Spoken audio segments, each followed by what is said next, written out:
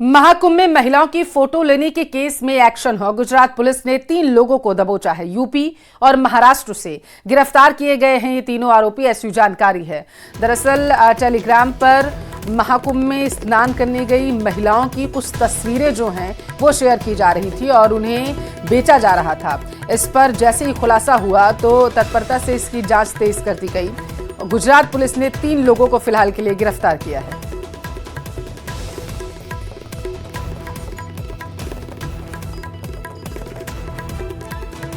तो महाकुंभ में महापाप जो किया जा रहा था उसका खुलासा हो चुका है। 3 लोगों को गिरफ्तार किया गया है। ये गिरफ्तारी जो है गुजरात पुलिस ने की है। उत्तर प्रदेश और महाराष्ट्र से बताया जा रहा आरोपियों को गिरफ्तार किया गया और इसके तार कितने ज्यादा बड़े हैं इसकी जांच भी अब तेज कर दी गई है पुलिस कर्मियों के जरिए। दरअसल जानकारी ये सामने निकल कर आई थी कि कुछ तथाकथित जो अकाउंट्स हैं वो टेलीग्राम पर महाकुंभ में स्नान करने गई महिलाओं और बच्चियों की जो फोटोज हैं वो बेच रहे हैं। जैसे ही इस मामले की जानकारी पुलिस को मिली, जांच की गई और टेलीग्राम अकाउंट्स में कौन कौन से लोग ऐड थे इसकी भी जांच की जा रही है। और इसी के साथ 3 लोगों को गिरफ्तार किया गया है। इनसे पूछताछ की जाएगी और इनके एंगल तलाशे जाएंगे।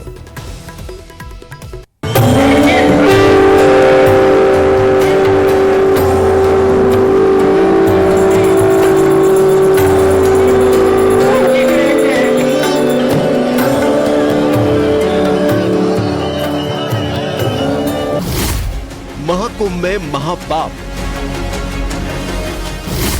किसने बनाए मां, बहन और बेटी के वीडियो?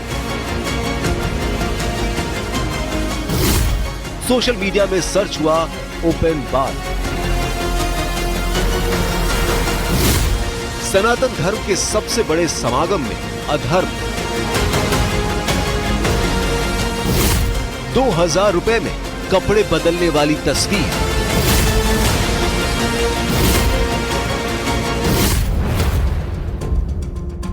इंस्टाग्राम से लेकर फेसबुक और यूट्यूब से लेकर टेलीग्राम तक इस वक्त ऐसे वीडियो से भरे पड़े हैं जिसमें न केवल महिलाओं की निजता का हनन किया जा रहा है बल्कि महाकुंभ में नहाते और कपड़े बदलते हुए उनकी तस्वीरों का 400 से 2000 रुपए में सौदा किया जा रहा है। बहन बेटियों की निजता को ध्यान में रखते हुए हम आपको ऐसे किसी भी चैनल का नाम तो नहीं बता सकते, लेकिन इतना जान लीजिए 17 सोशल मीडिया अकाउंट्स पर एक्शन हुआ है। उत्तर प्रदेश पुलिस ने मामले में 3 एफआईआर दर्ज की है। पुलिस सोशल मीडिया पर पैनी नजर बनाए हुए है। अश्लील वीडियो को लेकर भी एफआईआर। हाँ, हम लोगों ने इस संबंध में 3 एफआईआर किए हैं और अन्य भी एफआईआर किया गया। तो ये थे डीजीपी प्रशांत कुमार। इनका साफ साफ ये कहना है कि अश्लील वीडियो मामले में कुंभ कोतवाली में 3 एफआईआर दर्ज किए गए हैं जिस पर पुलिस लगातार इन्वेस्टिगेशन कर रही है। महाकुंभ में लोग आस्था की पावन डुबकी लगाने पहुंच रहे हैं, लेकिन ये खबर उनकी आस्था पर सबसे बड़ा आघात कर रही है। महाकुंभ में मोबाइल या कैमरे पर कोई रोक नहीं है। हजारों की तादाद में लोग वीडियो बना रहे हैं और सोशल मीडिया पर पोस्ट भी कर रहे हैं। और इन्हीं में से कुछ ऐसे विकृत मानसिकता के लोग हैं जो चंद पैसे कमाने के लिए दूसरे की बहन बेटियों के नहाते और कपड़े बदलते हुए वीडियो बनाकर न केवल उन्हें पोस्ट कर रहे हैं बल्कि टेलीग्राम पर ऐसी आपत्तिजनक तस्वीरों का सौदा भी कर रहे हैं। हैरानी की बात है कि इंस्टाग्राम और फेसबुक जैसे सोशल मीडिया प्लेटफॉर्म पर ऐसे आपत्तिजनक वीडियोस पर हजारों की संख्या में व्यूज आ रहे हैं, जिस पर संतों ने भी अपना आक्रोश व्यक्त किया है।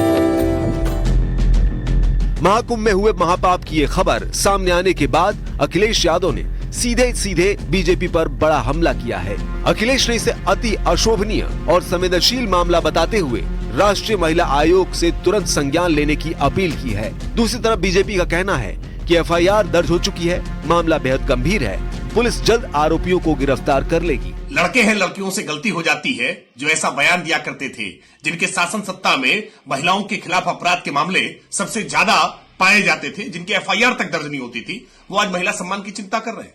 कुंभ में जो कुछ भी घटनाएं हुई हैं उनको लेकर के उत्तर प्रदेश की सरकार बहुत संजीदा है। इस पूरे मामले में एफआईआर भी दर्ज की गई है और जो अपराधी हैं निश्चित तौर पर उनके खिलाफ बहुत कठोरता से कार्रवाई होगी। मां बहन बेटी की निजता से जुड़ा ये मामला वाकई बेहद गंभीर है। एफआईआर दर्ज करने के बाद पुलिस ने मेटा से भी उन यूजर्स का डेटा मांगा है जिनके अकाउंट पर इस तरह का कंटेंट डाला जा रहा है।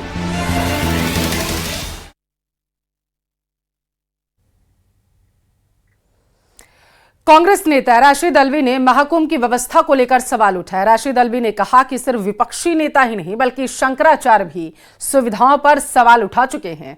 इससे पहले भी ममता बनर्जी, लालू प्रसाद यादव और अखिलेश समेत विपक्षी कई नेता महाकुंभ की व्यवस्था पर सवाल उठाते नजर आए, जिस पर सीएम योगी आदित्यनाथ ने करारा जवाब भी दिया। देखिए रिपोर्ट।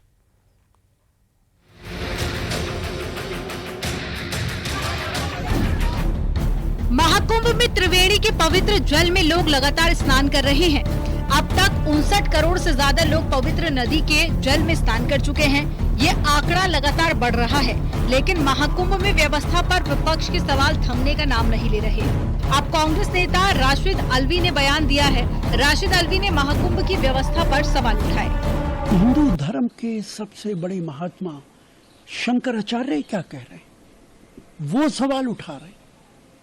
वो कह रहे हैं कि कोई इंतजाम नहीं है, वो कह रहे हैं कि सैकड़ों लोग मारे गए। वो तो यहाँ तक कह रहे हैं कि ये जो शोर मच रहा है कि ये महाकुंभ है 144 साल के बाद, उनका कहना है ऐसा कुछ है ही नहीं। 2000 में भी ये कहा गया था, 2013 में भी ये कहा गया था, महाकुंभ नाम की कोई चीज नहीं है। ये तो शंकराचार्य कह रहे हैं। ये प्रोपेगेंडा इसलिए किया गया कि भारतीय जनता पार्टी राजनीतिक फायदा उठाना चाहती है।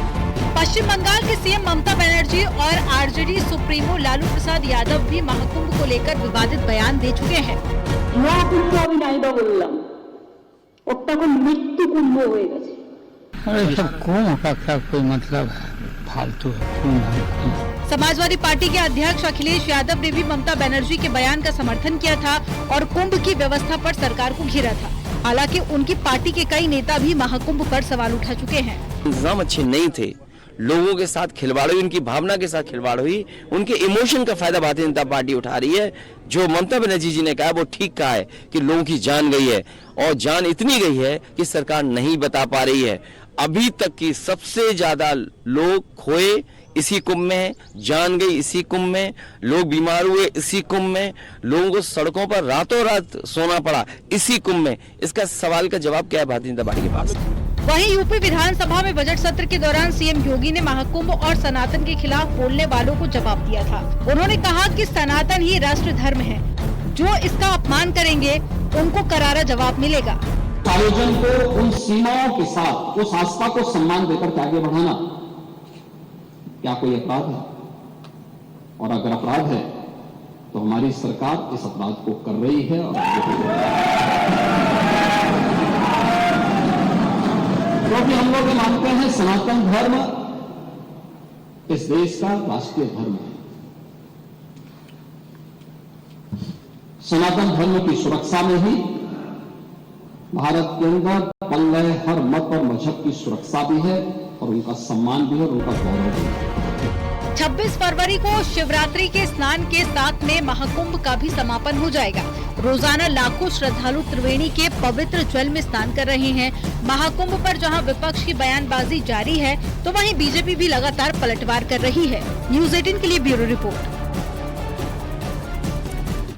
27 साल बाद दिल्ली की सत्ता पर काबिज बीजेपी की सरकार अब फुल एक्शन में है। आयुष्मान योजना को दिल्ली कैबिनेट की मंजूरी मिलने के साथ ही इस पर काम शुरू हो चुका है। और इस बीच खबर यह भी कि 24 फरवरी से दिल्ली विधानसभा सत्र का आगाज होने जा रहा है और 27 फरवरी को दिल्ली विधानसभा में सीएजी की 14 पेंडिंग रिपोर्ट पेश की जाएंगी, जिसके बाद अब दिल्ली में जमकर सियासत देखने को मिल रही।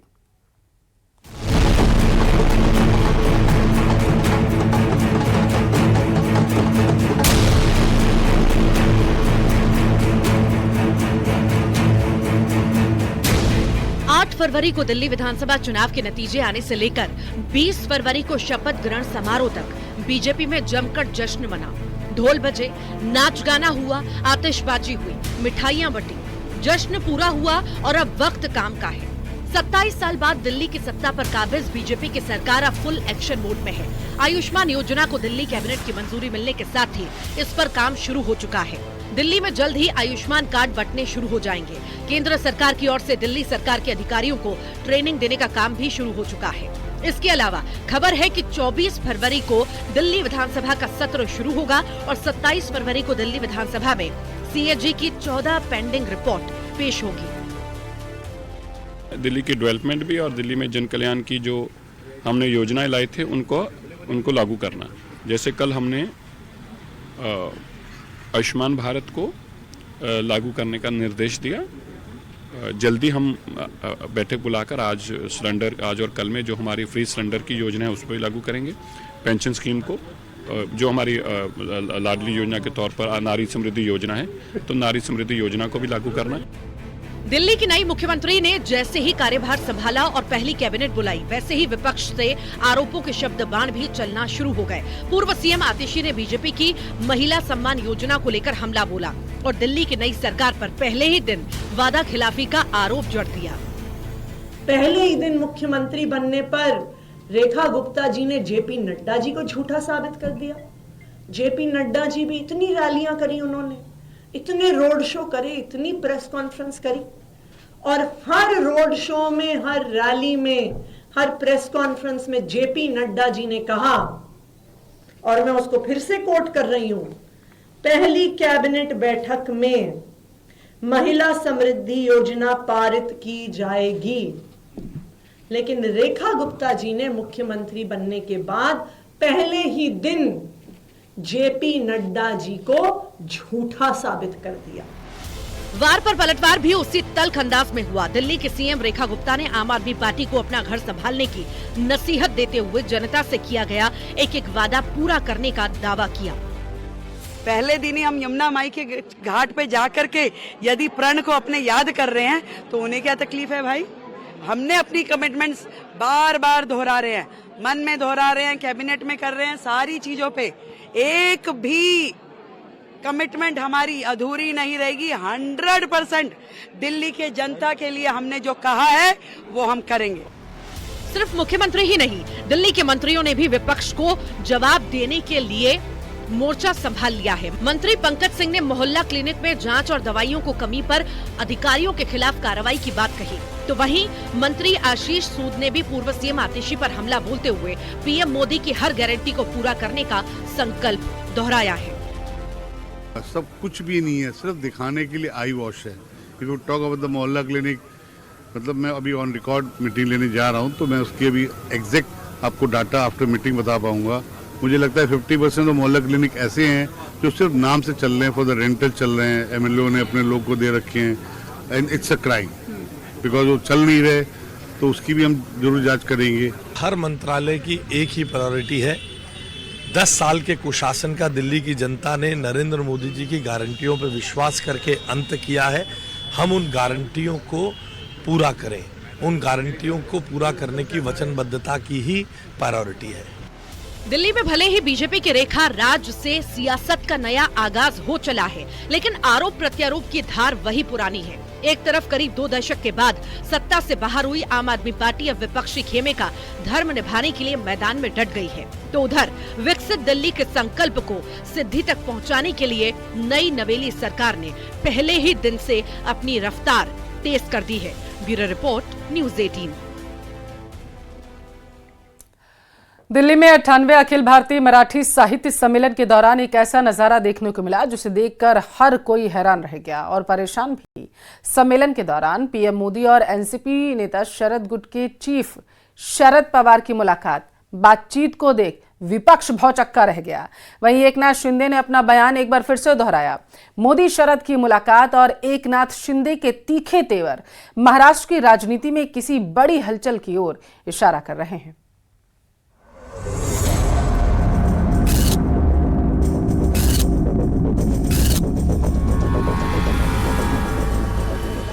दिल्ली में आयोजित 98वें अखिल भारतीय मराठी साहित्य सम्मेलन में जो नजारा देखने को मिला, उसने सियासी गलियारों में हलचल मचा दी है। प्रधानमंत्री नरेंद्र मोदी और राष्ट्रवादी कांग्रेस पार्टी के वरिष्ठ नेता शरद पवार के बीच हुई बात अब चर्चा का विषय बन गई है।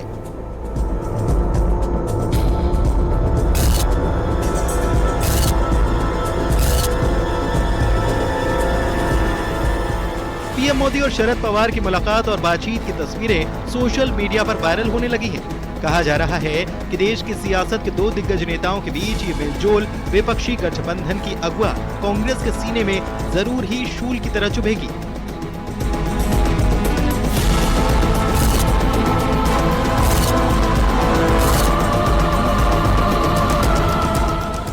इस दौरान शरद पवार ने न सिर्फ प्रधानमंत्री नरेंद्र मोदी की तारीफ की, बल्कि ये भी बताया कि जब उन्हें इस कार्यक्रम के लिए पीएम को आमंत्रित किया तो मोदी ने बिना किसी देरी के तुरंत स्वीकृति दे दी। पवार ने मराठी भाषा को अभिजात भाषा का दर्जा दिलाने में प्रधानमंत्री मोदी की भूमिका को अहम बताया।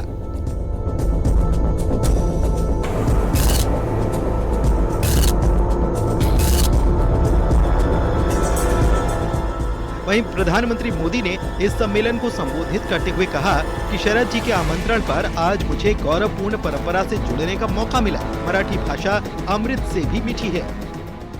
शरद जी के आमंत्रण पर आज मुझे इस गौरवपूर्ण परंपरा से जुड़ने का अवसर मिल रहा है। मैं आप सभी को देश दुनिया के सभी मराठी प्रेमियों को इस आयोजन की बहुत बहुत बधाई देता हूं। आणि आज तर जागतिक मातृभाषा दिवस आहे। तुम्ही दिल्लीतील साहित्य संमेलनासाठी दिवस सुद्धा अतिशय चांगला निवडला। एक तरफ प्रधानमंत्री मोदी और शरद पवार की इन तस्वीरों ने जहां पूरे विपक्ष को परेशान किया होगा, तो दूसरी तरफ एकनाथ शिंदे का बयान उनके लिए संजीवनी का काम कर सकता है। महायुति सरकार में अनबन की खबरों के बीच एकनाथ शिंदे ने अपने बयान को दोहरा दिया। जिन्होंने मुझे हल्के में लिया है, मैं एक कार्यकर्ता हूँ, सामान्य कार्यकर्ता हूँ, लेकिन बाला साहब और दिगे साहब का कार्यकर्ता हूँ, ये समझ के मुझे सबने लेना चाहिए। और इसलिए जब हल्के में लिया तो 2022 में टांगा पलटी कर दिया, सरकार को बदल दिया, आम लोगों के मन की सरकार को हमने लाया वहां पर। और डबल इंजन की जो लोग चाहते थे, डबल इंजन की सरकार चली। और देखो, मैंने उस वक्त कहा था विधानसभा के पहले मेरे भाषण में कि मैं और देवेंद्र जी 200 से ज्यादा सीटें लाऊंगा, तो 232 सीट आई है। और इसलिए मुझे हल्के में मत लेना। ये इशारा जिनको समझना है वो समझ ले।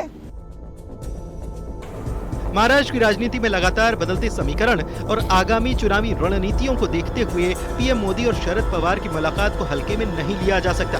वहीं शिंदे के बयान को भी लेकर सियासी बाजार काफी गर्म है। Bureau report, news 18। और यहाँ वक्त है एक छोटे से ब्रेक का।